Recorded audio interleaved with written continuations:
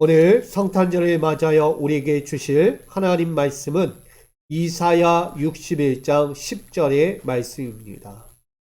구약성경 이사야 61장 10절 말씀, 성탄절 우리에게 주실 하나님 말씀을 합독하여 받들어 봉독합니다. 시작.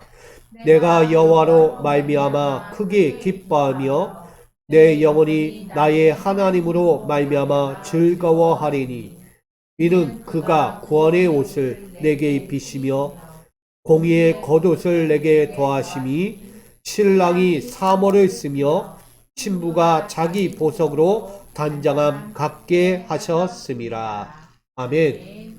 할렐루야. 오늘도 주님께서 우리에게 입혀주신 그 귀한 옷을 함께 입고 영광의 길을 살아가기를 축복합니다. 먼저는 우리 주님의 평화와 구원의 영광이 모두에게 넘치기를 소망합니다. 우리 앞뒤 좌우 이렇게 인사합니다. 메리 크리스마스. 메리 크리스마스. 네, 메리 크리스마스. 오늘 말씀의 제목은 이사야 61장 10절로 따스한 온기를 주신 예수 그리스도라는 제목으로 함께 은혜를 나누고자 합니다. 여러분, 36.5도가 뭔지 아십니까? 36.5도. 사람의 체온은 36.5도입니다. 그래서 사람의 온기를 유지해야만 합니다.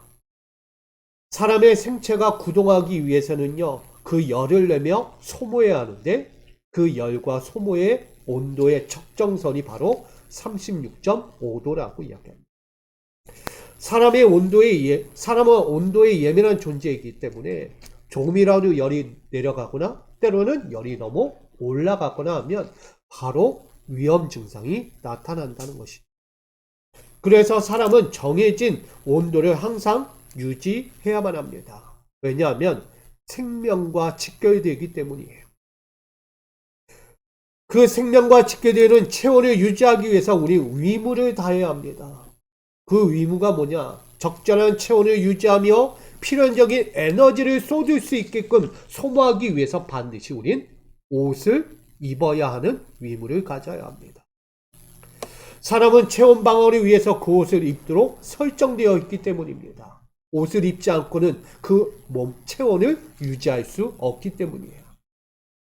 그렇다면 오늘 필연적 에너지를 소모하며 우리가 살아갈 때 그 옷을 입고 건강한 삶을 살아야 하지 않겠습니까?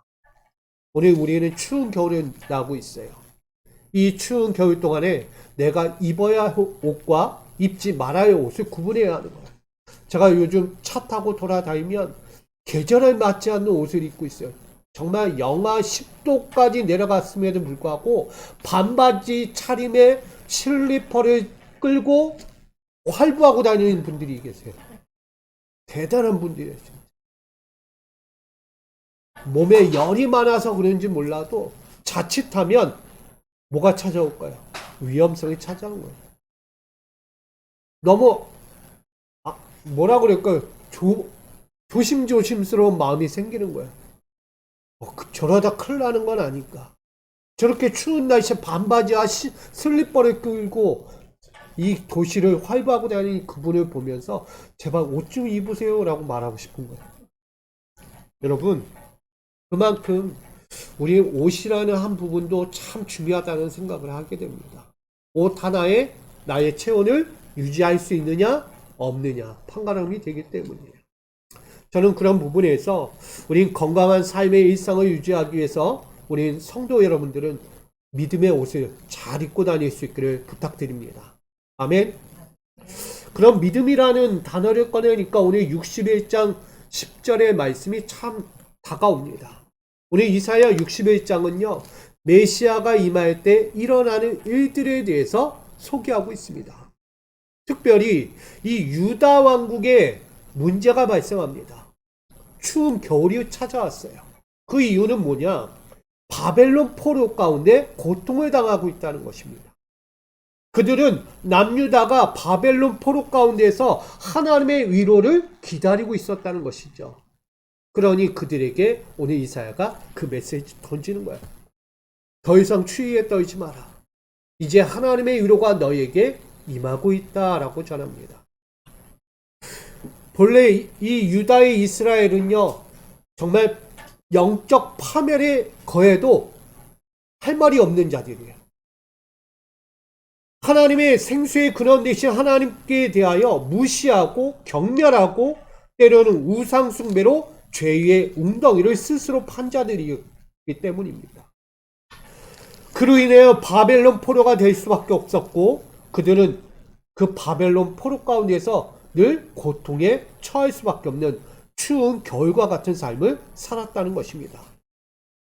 그들은 완악했기 때문에, 그들의 목은 굳었기 때문에, 또한 하나님의 앞에서 목이 굳어 외식주의 형식으로 늘 신앙을 살아왔기 때문입니다. 결국 바벨론 포로가 되어 그들은 한마디도 내어 던질 수 없을 만큼 죄악 백성이 아니었는가. 여러분, 하나님 역사에서 사라져도 할 말이 없는 나라가 이스라엘이에요. 하나님은 구원했고, 그들을 구해내고, 그들을 건져내고, 사랑하여 주고, 채워주고, 붙들어주고, 인도했지만 그들은 늘 반역이었어요. 하나님께 배역하는 자들이었다는. 그래서 이 땅에 사라져도 할 말이 없는 거였어요. 그럼에도 불구하고 이 죄의 백성을 향하여 하나님은 말하고 있는 거야. 위로의 메시지. 너희를 구원할 메시아가 올 것이다. 그러니 기다려라. 여러분, 이미 이 바벨론 포로 가운데 있는 남유다는요, 풍년의 자유를 완전히 뺏겨버렸어요. 그래서 녹슨 가마에 그 마음이 완전히 뜨겁게 고통으로 그을려졌다라고까지 표현합니다. 또한 흉년의 위기를 맞이하며 매서운 한파에 망토 하나 걸치지 못한 고통으로 벌벌벌 떨고 있다라고도 말합니다. 그런 이스라엘에게 여호와 나의 하나님으로 말미암아 구원의 옷을 입혀주시고 공의의 겉옷을 입혀주실 것을 약속하고 있습니다. 그 말씀이 오늘 10절의 말씀이에요. 하나님은 메시아 예수 그리스도를 그들 가운데 보내시고 그들을 구원하시고 영원한 보호자로서 영적인 옷을 입혀주실 것을 말하고 있는 것입니다. 여러분, 이 이스라엘 얼마나 죽겠어요. 자기의 풍년의 삶이 다 빼앗겨 버렸어요. 그렇게 넉넉한 인생, 호화롭던 인생들이 바벨론 가운데 넘어간 거예요. 그 바벨론 포로 기간이 몇 년이죠? 70년이라는 세월이에요. 그 70년 동안 벌벌 떨면서 추운 겨울을 나고 있는 이들이에요. 그런 이들에게 주님은 오신다라고 말합니다. 너희를 구원할 거야. 더 이상 떨지 마. 내가 구원의 옷을 입혀줄게. 거기에 공의의 옷까지 입혀주신다고 이야기합니다. 여러분, 오늘 이 시대에도 마찬가지입니다. 신앙생활을 하지만 참 벌벌 떨고 있는 이들이 얼마나 많은가. 아니, 믿음이 없어서 하나님을 알지 못해서 세상 가운데 벌벌 떠는 이들이 많이 살아가고 있습니다. 구원의 옷을 입어야 하는데 옷이 보이지 않아요. 누군가가 던져줘야 돼요, 옷을. 누가 갖다 입혀줘야만 하는 거예요, 지금. 우린 코로나 시기도 보냈지만 코로나 시기 가운데도 참 춥지 않았습니까? 삶적으로, 내면적으로 너무나 추웠다라고 저는 생각해요. 내 마음대로 할 수 없고 입 하나 제대로 뗄 수 없을 만큼 힘겨웠던 그 시간들을 보내면서 참 추웠다. 옳은 얘기 한마디 못하고 정의로운 이야기 한마디 못하고 우리가 그렇게 살았다는 거예요. 결국 모든 시대마다 어려움은 있었지만 이토록 춥고 어두운 시절은 참 만나기 어려웠다. 그런 의미에서 본다면 메시아, 오늘 우리가 성탄절을 맞이하며 오시는 예수님은 우리의 추운 겨울을 다시 따뜻하게 그 온기로 채워주기 위해 오시는 분이 아닐까라는 생각을 갖게 됩니다. 저는 여러분, 오늘 메시아 예수 그리스도가 2000년 전 이 땅에 오시면서 그 유대 땅에도 따스한 온기를 갖고 오신 분이라고 여깁니다. 왜냐하면 그 땅은 추웠어요. 이미 그 땅에 왕권을 갖고 있는 자들이 위해서 그들은 추운 겨울을 나고 있었다는 거예요.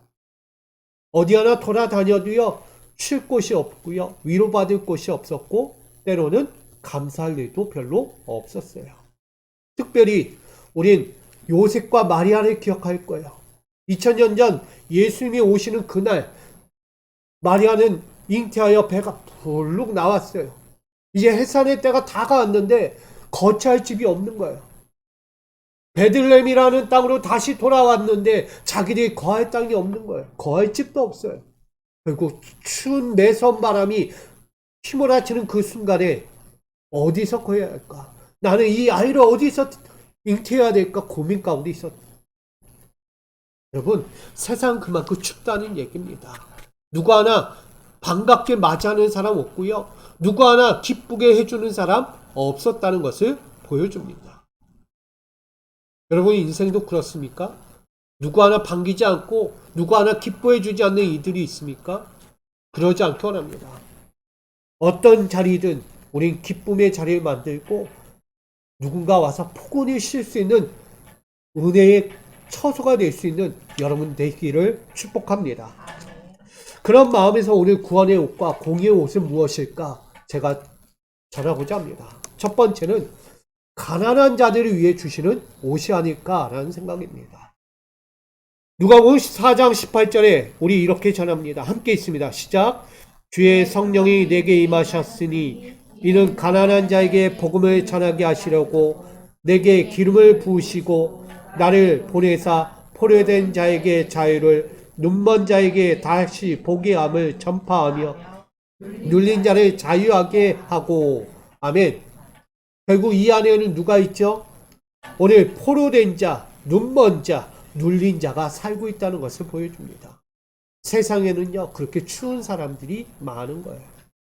기지개도 못 피고 움츠리고 사는 이들이 있다는 것이죠.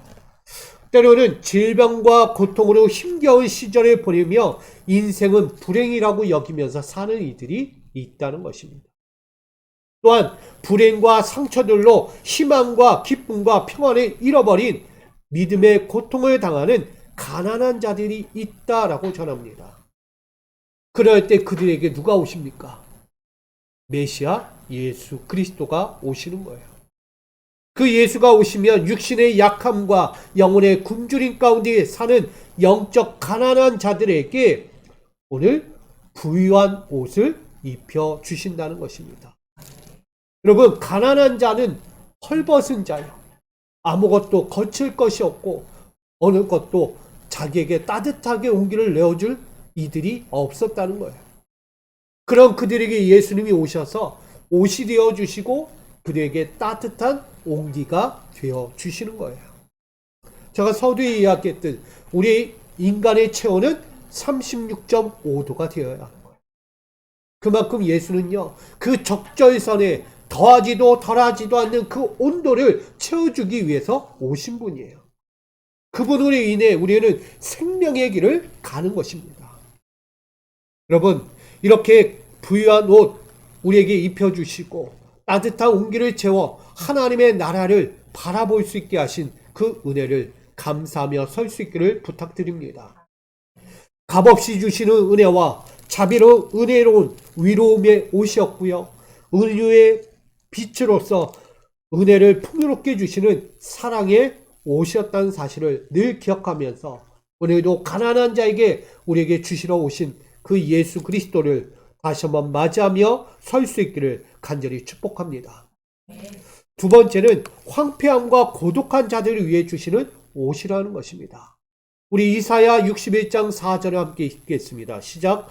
그들은 오래 황폐하였던 곳을 다시 쌓을 것이며 옛부터 무너진 곳을 다시 일으킬 것이며 황폐한 성읍 곧 대대로 무너져 있던 것들을 중수할 것이며 라고 말하고 있습니다. 지금 남유다 이스라엘은 완전히 산산조각난 이들이었어요. 자기들의 거처가 없어요. 몸은 바벨론이라는 나라에 있지만 그들에게는 평안이 없는 곳이에요. 그 나라가 자기 겁니까? 절대 자기 게 아니에요. 요즘 시대를 이야기하면 집이 없어서 자기 집을 찾는 사람과 마찬가지예요. 우리 많이 여기잖아요. 우리 집이 하나 있으면, 내 이름으로 된 따뜻한 집 하나만 가졌으면 하는 마음들을 가지고 우리 젊은 MZ 세대들도 살아갑니다. 집 하나 얻기가 어려운 거예요. 왜? 집값이 천정부지로 올라가 버렸거든요. 거기다가 집 하나 사겠다고 투자를 했는데 다 사기를 당해버렸어요. 그 돈을 다 날려버린 거예요. 회수가 안 되는 거예요, 이 돈이. 여러분, 열심히 젊은 시절에 돈을 모으고 모아서 집 하나 사겠다고 그렇게 따뜻한 집을 얻겠다고 그렇게 투자했는데 다 날라간 거예요. 그동안 어떡합니까? 빚까지 지면서 살아가고 있는데 어디 하나 기댈 곳이 없어요. 누가 하나 그 손길을 도와주려고 하지 않아요. 정부조차도 잘 헤아리지 못합니다. 여러분, 그만큼 그들은 얼마나 춥겠어요. 거처하는 집이 집이 아닌 거예요. 거기는 내 집이 아니다는 거예요. 늘 추워요. 벌벌벌 떨고 있는 거예요. 난방을 떼더라도 마음은 추운 거예요. 편하지 않으니까. 여러분, 지금처럼 작은 바람에도요, 코가 찡긋하고 매서운 찬기의 몸이 부들부들 떨듯이 오랜 땀방울과 눈물의 기도가 흘러도 풀려지지 않는 환경들 때문에 지금 부들부들 떠는 사람들이 많다는 것을 기억해야 합니다. 우리는 편안해요. 심적으로, 마음적으로, 육적으로 다 편안하잖아요.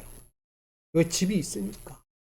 저들보다는 그래도 따뜻하니까 감사하죠. 그럼에도 우리는 기억해야 합니다. 세상엔 황폐함과 고독한 인생의 길을 사는 이들이 많다는 것을 떠올려야 합니다. 그들은 온갖 노력의 체험보다 비통함과 허탄함으로 비우는 인생들이 되고 있어요. 해도 안 되는 거예요.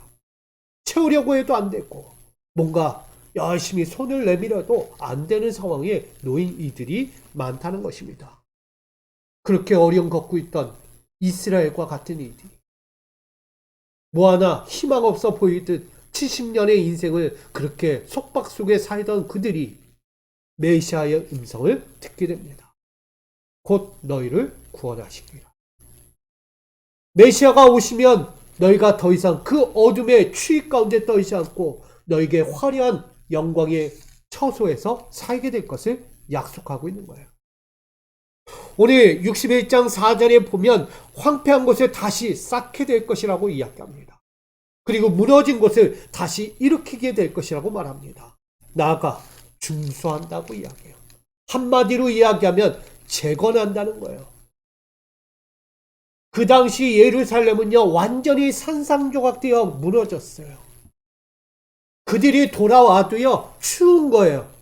왜? 아무것도 없으니. 그들이 바벨론 포로에서 돌아온들 그들이 맞이한 건 뭐예요? 무너진 성벽이라는 거예요. 그들이 거처할 보호막이 하나 없는 성벽 가운데 서야 하는 거예요. 근데 그런 이들 앞에 하나님은 약속하고 있는 거예요. 다시 세울 것이다. 다시 중수하여 재건하여 다시 너희는 평안을 누리게 될 것이다 라고 약속합니다. 여러분, 오늘 이 재건하는 이 약속의 말씀은 결국 황폐하지 않다는 거예요. 더 이상 고독한 인생을 살지 않게 될 것을 약속하고 있는 거예요. 저는 우리 믿음의 성도들도 고독하거나 황폐한 인생을 살고 있다면 마음을 바꾸시기 바랍니다. 주님 오시면, 주님 만나면, 주님이 나의 주님이라는 그 신념의 믿음이 떠나지 않는다면 여러분 황폐한 삶을 걷지 않습니다. 고독한 삶이 찾아오지 않게 될 것입니다.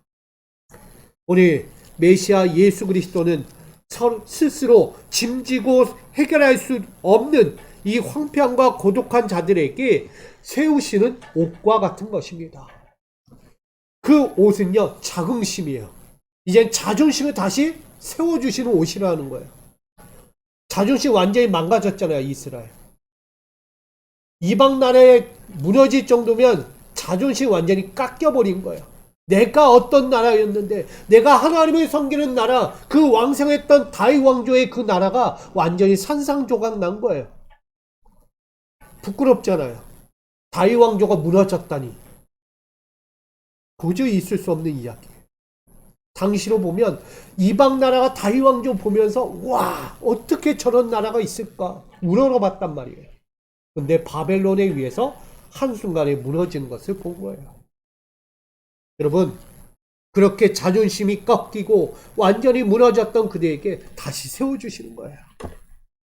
나아가 생명의 기운을 다시 불어넣습니다. 무너짐은 죽음이죠. 완전히 폐허가 된 건 죽음이라는 거예요. 그럼 그대에게 세우시는 건 생명을 뭐한다? 불어넣겠다는 거예요. 우리 육신에게 하나님께서 처음 생기를 불어넣듯 생명을 불어넣는 시작이 되고 있는 것입니다. 우린 그 은혜를 기억해야 합니다. 하나님은 이 메시아 예수 그리스도를 통해 우리를 세워주시는 옷이구나. 우린 그 은혜를 보아야 합니다. 그래서 거룩한 복음을 주시어 심령과 삶을 회복하시는 옷이며 귀한 빛으로서 보존하시록 주시는 우리 완전한 새 옷과 같은 분이 예수 그리스도라는 사실을 꼭 기억하시며 살기를 간절히 부탁드립니다. 마지막으로 박해받는 자들 위해 주신 옷입니다. 에베소서 1장 12절 함께 있습니다. 시작. 이는 그리스도 안에서 전부터 바라던 우리로 그의 영광의 찬송이 되게 하려 하심이라. 아멘. 여러분, 추운 겨울은 어떻습니까? 추운 겨울에 옅은 바람에 뒤어 꽁꽁 얼어 바닥으로 떨어질 수밖에 없는, 곤두칠 수밖에 없는 마지막 잎새가 보이지 않습니까? 저 남아있던 잎새 하나마저도요, 작은 바람에 휘날리며 곤두박질치는 거예요. 떨어진다는 거예요. 세상의 비판과 고난 앞에 타협하면서 굳게 잡을 신념 맞아 버릴 수밖에 없던 사람들. 다시 말하면 끝까지 붙들어야 할 믿음의 신념이 있었는데 그걸 놓치는 그 순간 세상의 타협과 그 무리 앞에서 넘어져 버린 거예요. 결국 세상의 이목과 위협과 독설들이 세상을 주도해 버려요. 믿음이 주도하는 것이 아니라 세상의 이목과 위협, 그 독설들이 이 세상을 주도하고 간다는 거예요. 그러니 그들은 더 이상 믿음의 의도와 믿음의 계획들은 없는 거예요. 아무리 붙잡아도 늘 박해받는 인생밖에 되지 않았다는 것을 보여줍니다. 바벨론 포로로 갈 때도 믿음이 없는 자들이 다 갔겠어요? 아니죠. 믿음이 있는 자들도 같이 가게 돼 있는 거예요. 그 믿음이 있는 자들로 인하여 그 땅에서도 부르짖고 하나님께 회개하며 또다시 회복시킬 것을 소망하며 바라는 이들이 있었다는 것입니다. 끊임없는 박해 속에서. 우리 애굽에 있던 이스라엘을 알잖아요. 애굽 땅에서도 그렇게 고통 중에 있던 그들에게 소망을 꿈꾸는 이들이 있었기에 하나님은 그들의 음성을 듣고 모세를 지도자로 세워 그들을 건져내는 그 사건을 알잖아요. 여러분, 오늘 그와 같습니다. 메시아 예수 그리스도는 영육간의 가난과 고독으로 다스림받던 그 박해받던 자들을 건지시는 찬양의 옷입니다. 구원받는 자에게 무엇이 나오죠? 찬양이 나오는 거예요. 우린 어려움과 고난의 역경 속에 있을 때 문제가 해결되면 제일 먼저 터뜨리는 것이 뭐죠? 하나님 감사합니다. 찬양 받으십시오. 주님 영광 받으십시오 하는 거예요. 결국 이 유다에게도요, 그 바벨론 포로에서 돌아오는 그 순간 그들에게 어떤 옷이 입혀지느냐? 찬송의 옷이 입혀질 것을 약속하고 있는 것입니다. 결국 예수는요, 찬송의 옷을 입혀주기 위해 그들을 건져주시는 거예요. 오늘 저와 여러분에게도요, 그 찬양의 옷이 입혀지기를 소망합니다. 찬양의 옷이라는 것은 결국 존귀한 옷이에요. 더 이상 너희는 가난하지 않아. 더 이상 너희는 고통 중에 있는 그 세상에 다스림받는 자들이 아니라 이제는 하나님의 다스림을 받는 거룩한 백성이라는 것을 이야기하는 것입니다.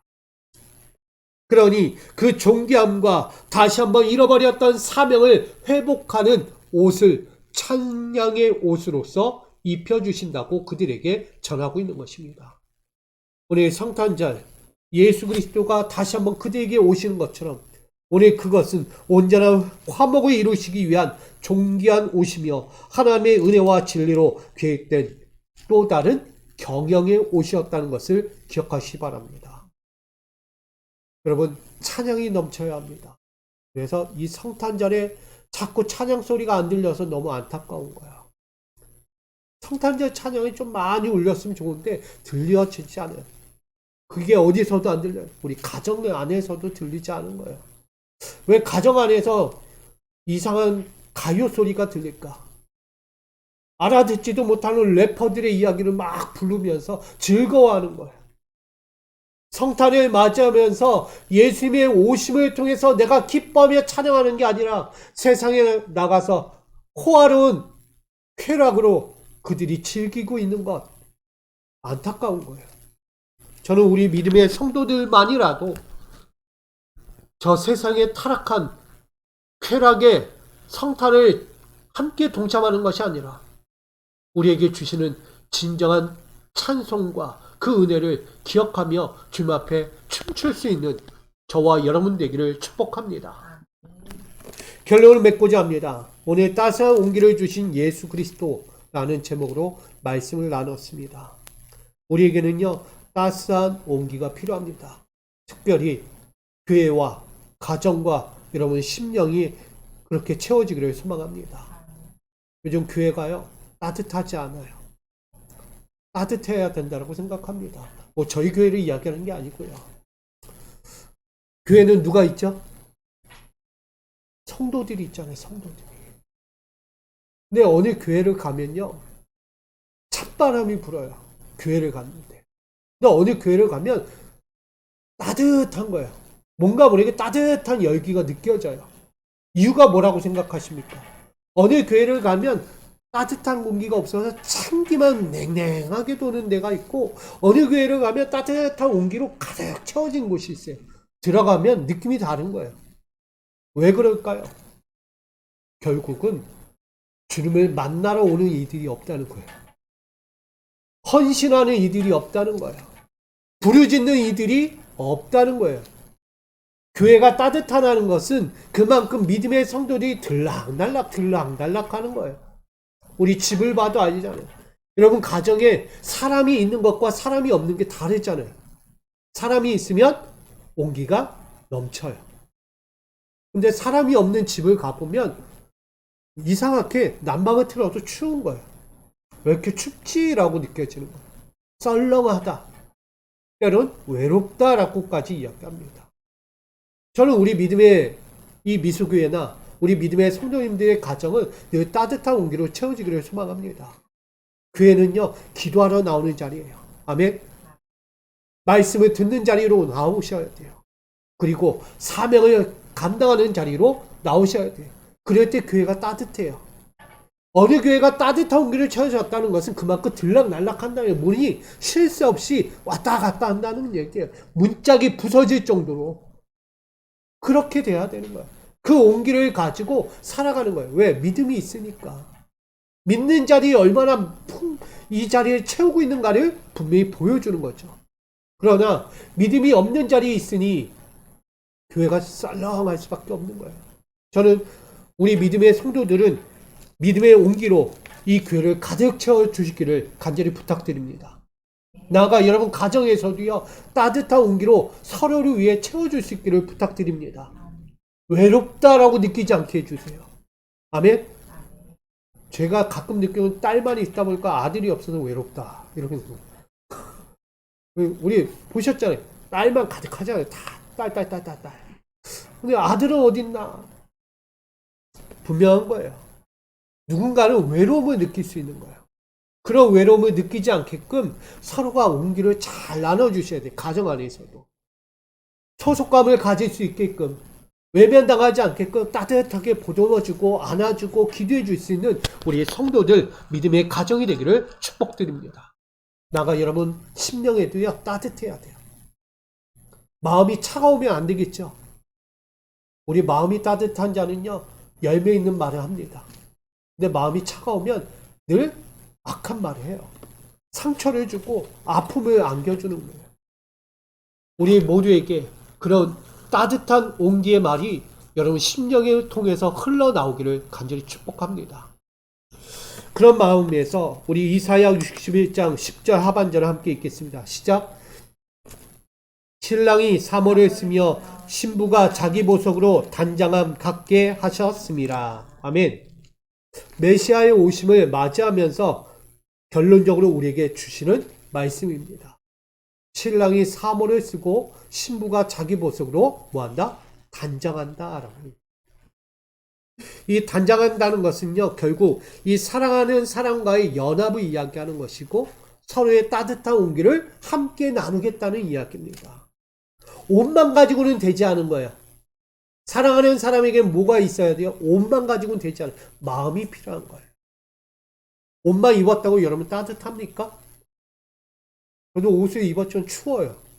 왜? 바람이 부니까. 때로는 함께 해야 될 사람이 없으면 마음이 차가운 거예요. 이 자리에 함께 예배하고 이 자리에 함께 기도하고 이 자리에 함께 찬양해야 할 이들이 있어야 할 자리인데 이들이 없다 보니까 찬 거예요.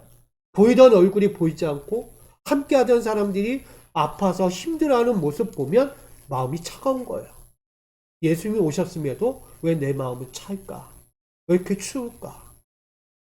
저는 다시 한번 돌아보면서 다시금 주님의 오심을 바라보며 차디찬 이 마음이 이제는 다시 채워지고 함께하는 그 따뜻함으로 채워졌으면 좋겠다라는 마음을 갖게 됩니다. 그런 마음에서 우린 사랑하는 사람과의 결혼으로 말미암는 이 기쁨을 그 어떤 기쁨보다 가장 큰 기쁨으로 표현하고 있다라고 전합니다. 그래서 우리 구원의 은총을 입은 성도들은 구원의 복되고 아름다우며 영광스러운 예복을 입어야 한다고 생각합니다. 신랑 신부가 예복을 입듯이 그 예복을 입고 가셔야 돼요. 그 예복을 입는 곳에는 사모도 쓰고 보석도 달아야 해요. 그러니까 아름답게 치장하시라는 얘기예요, 여러분. 육적으로는 아름답게 치장하시고 영적으로는 믿음의 치장을 하시라는 얘기예요. 그렇게 아름답게 치장한 여러분들은 매서운 한파나 그 매서운 열기 가운데서도 생명과 직결될 수 있는 모든 상황에서 건강할 수 있게 되는 것입니다. 늘 따뜻할 수 있다는 거예요. 여러분, 그 모든 것을 잃어버리면 위험 수준에 도달하는 거예요. 그러지 않도록 우리 영육 간의 믿음의 연약함과 육신의 근심과 슬픔들로 자기 영적인 체온을 깎아먹지 마시고요. 이제는 필연적인 에너지, 결국 따스한 온기를 갖고 오신 예수 그리스도로 옷 입고요. 다시 한번 크게 기뻐하며 즐거워하면서 그 온기를 내 교회와 내 가정과 내 심령에 채우며 살아가는 우리 은혜의 사람들 되시기를 축복합니다. 여러분, 따스한 온기는요, 버릴 수가 없어요. 예수님은 이 추운 겨울날 오셨잖아요.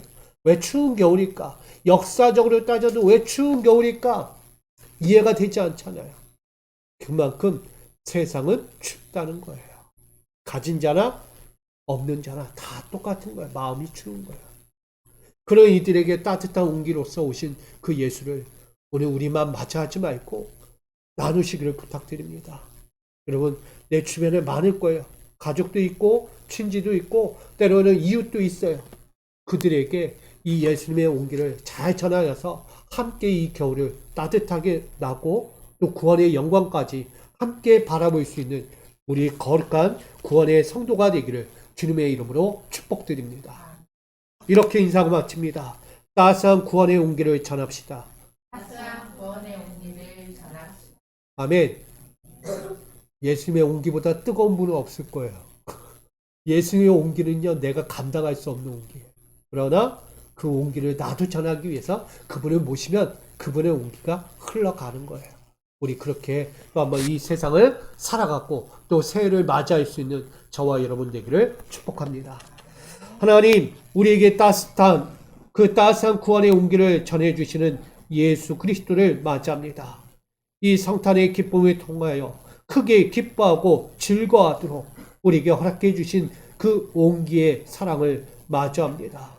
오늘 그 온기를 단순히 맞이하지 않게 하시고 그 온기를 통하여 내 사랑하는 교회와 내 사랑하는 가정과 내 사랑하는 이웃들에게 함께 나누는 이 성탄의 기쁨, 주님의 오심을 함께 맞이하는 귀한 시간들 되게 하여 주시옵소서.